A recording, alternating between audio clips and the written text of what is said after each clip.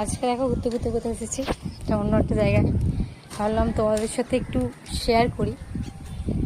আজ হচ্ছে সোমবার, আর একদম গোধূলি লগ্নে বেরিয়েছি। এখানে এত সুন্দর সুন্দর ঝিল আছে, একটু ঝিলের দিকে আসলাম, তোমাদেরকে দেখাবো একটু, জাস্ট দেখো। এই দুজন ভুলু শুয়ে পড়লো দেখে। এই সেই মাঠটা এসেছিলাম, হ্যাঁ। আর ওই যে একটা ভাটা দেখা যাচ্ছে দূরের দিকে, ওখানে কিছু ভাটায় আমরা গেছিলাম। ওখানে অনেক ছোটো ছোটো ছোটো ছোটো সব বাচ্চা ছিল, এখন ভাটাটা বন্ধ করে দিয়েছে। তো ঝিলটাও দেখো খালি, এখানে এখানে বিকেলের পর থেকে সব মোটামুটি এখানে পুরো ঝেঁকে পড়ে চারিদিকে, পাড়ে পাড়ে সব।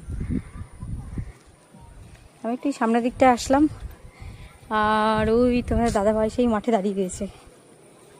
আমাকে বললে যাও একটু ঘুরে চলে আসো।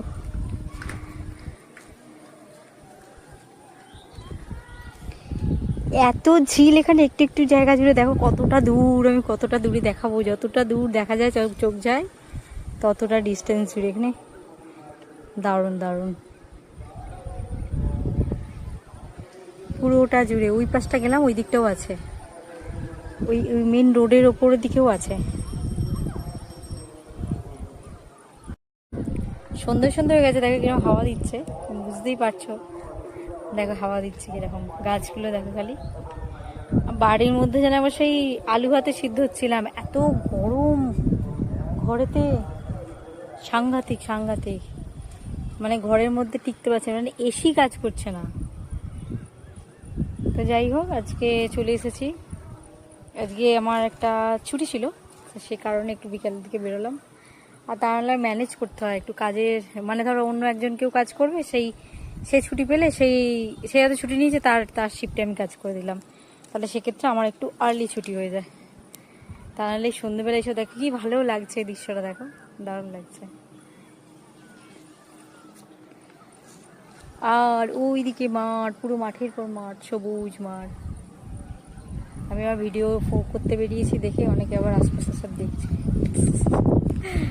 ভাবছি এরা কারা রে, এখনো সব ভিডিও করে।